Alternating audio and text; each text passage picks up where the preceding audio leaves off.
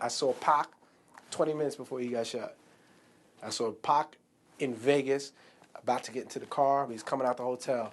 And we walked off, and we got in the cab, and they got in the Bentleys and all that other stuff. And, you know, we went on to another party, and 20 minutes later, we heard Pac got shot. I was at Warren G's house in the living room. I think we was playing a video game, and we kept getting a whole bunch of calls and pages. Somebody told us to turn on the news, and we turned the news on, and we seen the little shit. I remember calling a Fanny and saying, "Faye, do I need to get on a plane right now?" She said, "Jada, he's gonna be okay. You get here when you can." I drove down there to the hospital because I wanted to see my nigga, you know what I'm saying, make sure he was straight. I'm thinking that he was gonna make it. It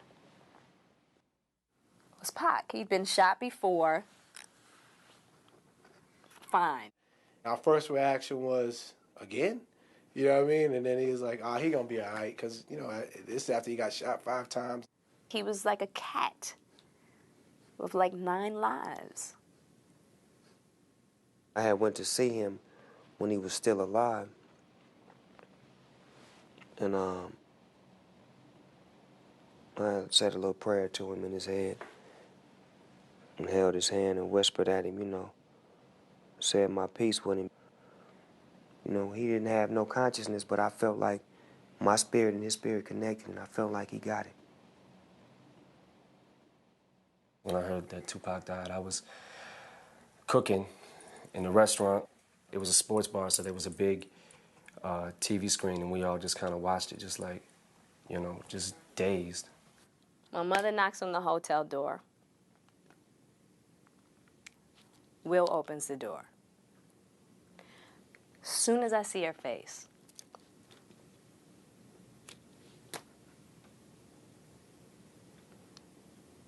I knew he was gone.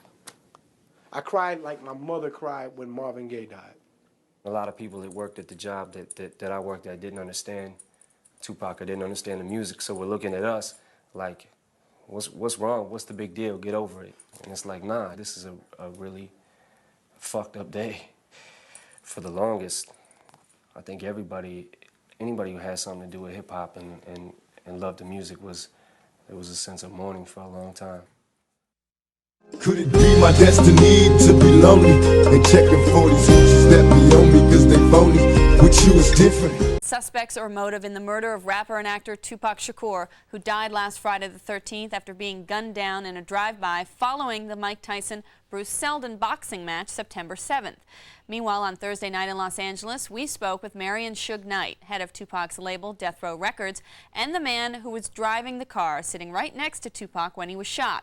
Knight, who himself was grazed in the head by a bullet, was prevented by his lawyers from addressing the shooting itself. But here, for the first time on television, he speaks publicly about its aftermath. How are you feeling and how are you doing physically? I feel like this. I feel that the last word is always God. But Pac saved my life. The reason why I say Pac saved my life, I got shot in the head, got grazed some other places, but I still got the bullet in my head. It's still there. But for as trying to get him to the hospital, didn't make me realize that I was shot.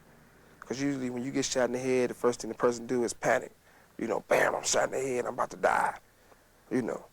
And once you do that, you can't drive nowhere. My whole thing was, Pac, he was shot. I'm like, you shot? I'm gonna get you to the hospital. I'm driving, telling him I'm gonna get to the hospital, kick back. Pac looked at me and said, you know what? You need the doctor more than me. You the one shot in your head. And we laughed the whole time going to find out went to the hospital. That's the conversation we had. It wasn't, Pac was a man the whole time. It wasn't that he was like, oh, I'm shot. He cracking jokes. He like, yeah, they shot me. He said, but you shot in your head. Look at your head bleed. Look how much it's bleed. That was Pac. And I'm like, man, shut up, I'm gonna get you to the doctor. So he was conscious on the way to the hospital? He was conscious on the way to the hospital. He was conscious in the ambulance. He was conscious after they did the surgery. What was the last thing that he said to you? They love me. We was in, we was going in, we was on the thing that was getting there. I was like, Pac, we the last one left. When we talking, this how we talking. I said, homie, I'm straight. I love you, homie. I'm gonna be straight. I love you too. Woo, woo. That's what it was. There was a report earlier this week in the New York Post that Tupac was looking to leave Death Row Records. Is that true? You should answer that. You don't take a person like Tupac who, if you listen to every song on All Eyes on Me, every song on Machiavelli, every time he do an interview, what's the first thing he say? Death Row. Tupac loved Death Row. Tupac loved me, I loved him. I mean, Tupac took Death Row to the next level. I mean, we worked hard and we laid the foundation down, and Snoop took the baton, and he ran with it, and he did a great job with it. When Tupac got the baton, not only did he win the race, he finished so fast that he was able to sit back and drink some Thug Passion and come up with another plan. I mean, if you'd asked Tupac that question, that was he planning on leaving Death Row, he definitely would have cussed you out. A lot of people in the hip-hop community have said that this incident will change hip-hop. This is a really landmark event, tragic event at that, and that the music will probably never be the same. Do you see the direction of Death Row changing? Is there going to be a different type of music put out? Not at all. We're going to do the same thing we've been doing and sell records. Like I said before, my main goal is fulfill Tupac's dreams. And Tupac would definitely never want the music to change, or the style. So we're going to keep it the way he would like it. Yo, what's up, y'all? Can I get a light, please? What's up, y'all? This is Ed Lover from Hot 97. How y'all doing, all right?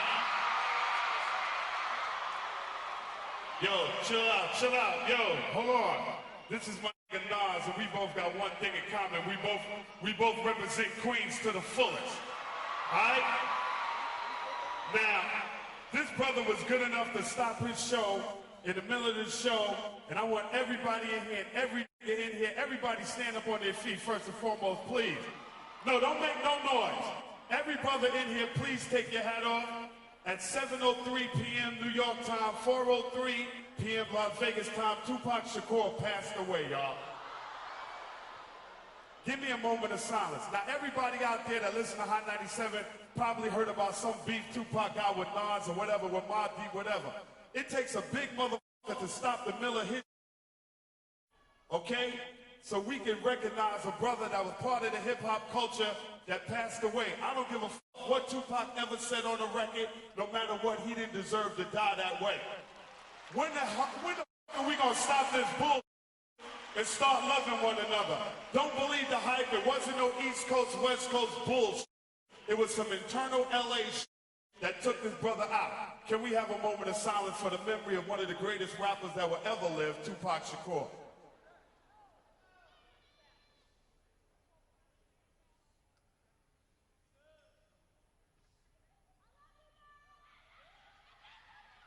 Now let my Nas do his thing. Y'all enjoy the rest of the show.